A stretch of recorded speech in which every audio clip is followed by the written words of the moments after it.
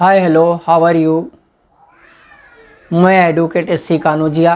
Agreement, signature, blank paper, blank stamp paper और उसके ऊपर सिग्नेचर, क्या आपके साथ धोखा हो सकता है?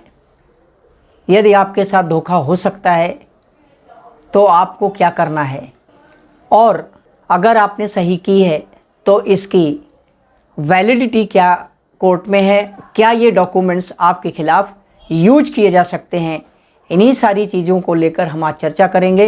दोस्तों, इस वीडियो को अंत तक देखते रहें, और यदि आप लोगों ने अभी तक मेरे इस चैनल को सब्सक्राइब नहीं किया है तो प्लीज़ मेरे इस चैनल को सब्सक्राइब कर लीजिए, क्योंकि आने वाली हर छोटी मोटी इन्फॉर्मेशन की नोटिफिकेशन आपको सबसे पहले मिले। तो दोस्तों, चलिए शुरुआत करते हैं इस वीडियो को।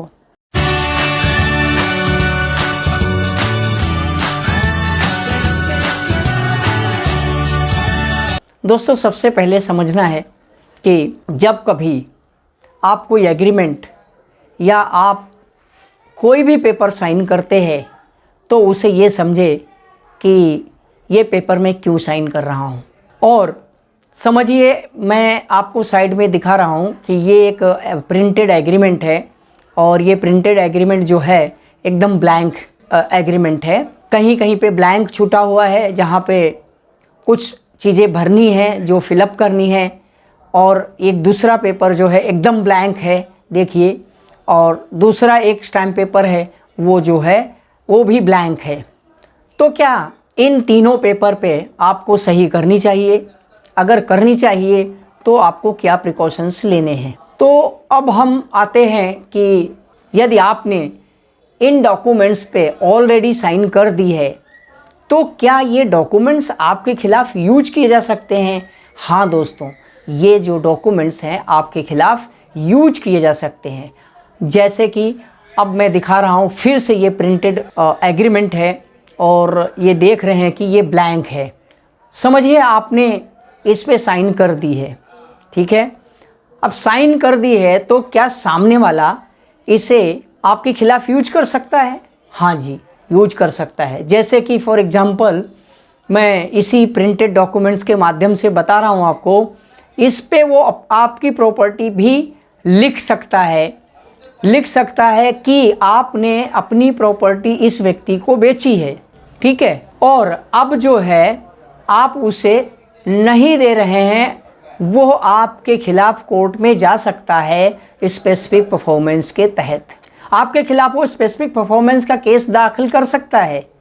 हालांकि ये जो प्रिंटेड डॉक्यूमेंट है, इसके दो भी वो डॉक्यूमेंट बना सकता है। एक डॉक्यूमेंट की जगह पे दो डॉक्यूमेंट भी बना सकता है, जिसमें कि आप जेल भी जा सकते हैं, आपके ऊपर फ्रॉड का केस भी लग सकता है। तो दोस्तों, इन सारी चीज़ों से बचने के लिए क्या करें?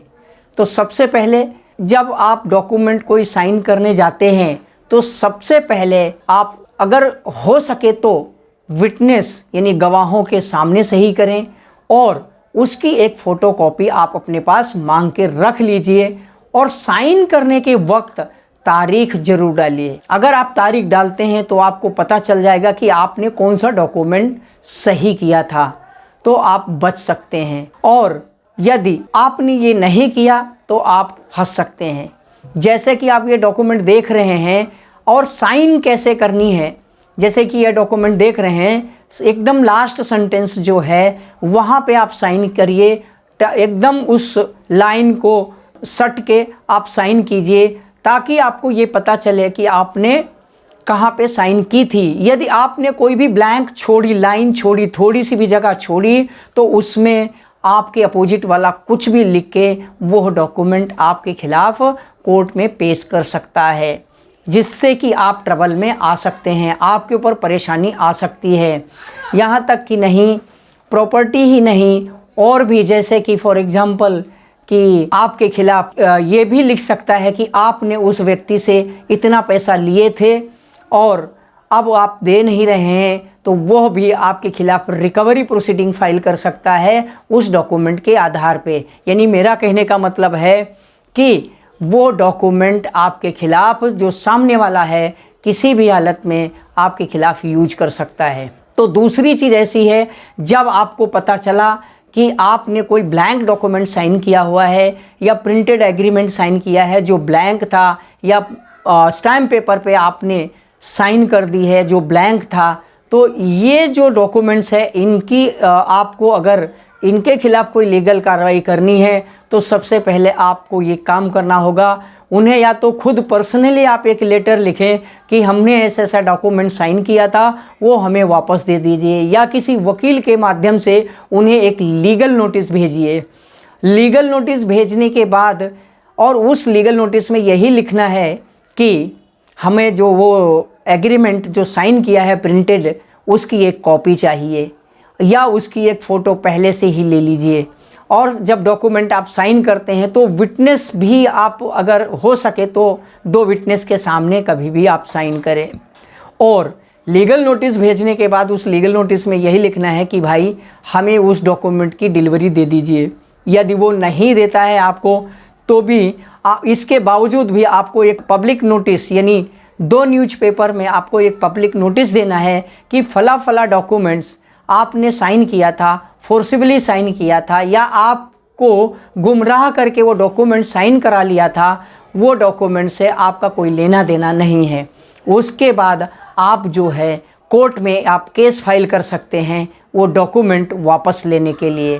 तो दोस्तों ये था सिग्नेचर, यानी सिग्नेचर करने से पहले आपको सारी चीज़ें देखनी है कि ये डॉक्यूमेंट्स में क्या लिखा है, डॉक्यूमेंट्स में क्या नहीं लिखा है। यदि वो ब्लैंक पेपर है तो आपने उसे साइन करनी ही नहीं है। प्रिंटेड है और वो ब्लैंक उसमें जगह बाकी है तो आपने उस डॉक्यूमेंट को साइन सबसे पहले करना ही नहीं है। यदि आपने भूल चूक से कर दिया है तो जैसे हमने कहा ये प्रिकॉशंस आपको लेने हैं, ये आपको रेमेडी मिलती है। तो दोस्तों मेरा ये कहना है कि जब कभी भी आप अपना कोई भी सिग्नेचर करते हैं तो सावधानी से करें, नहीं तो आपके साथ चीटिंग हो सकती है। इसे कहते हैं चीटिंग, यानी ये चीटिंग आपके खिलाफ हो सकती है। तो दोस्तों यदि ये वीडियो मेरा आपको पसंद आए तो आप लोग इसे लाइक कीजिए, कमेंट्स बॉक्स में कमेंट्स लिखें और अपने दोस्तों को शेयर करें ताकि ये जानकारी आपके दोस्तों को भी पता चले। दोस्तों और जो इस चैनल पे अभी नए हैं और जो अभी तक मेरे इस चैनल को सब्सक्राइब नहीं किए हैं तो प्लीज़ मेरे इस चैनल को सब्सक्राइब कीजिए ताकि हर छोटी मोटी इन्फॉर्मेटिव वीडियोज़ की नोटिफिकेशन आपको मिले। थैंक यू, धन्यवाद, जय हिंद।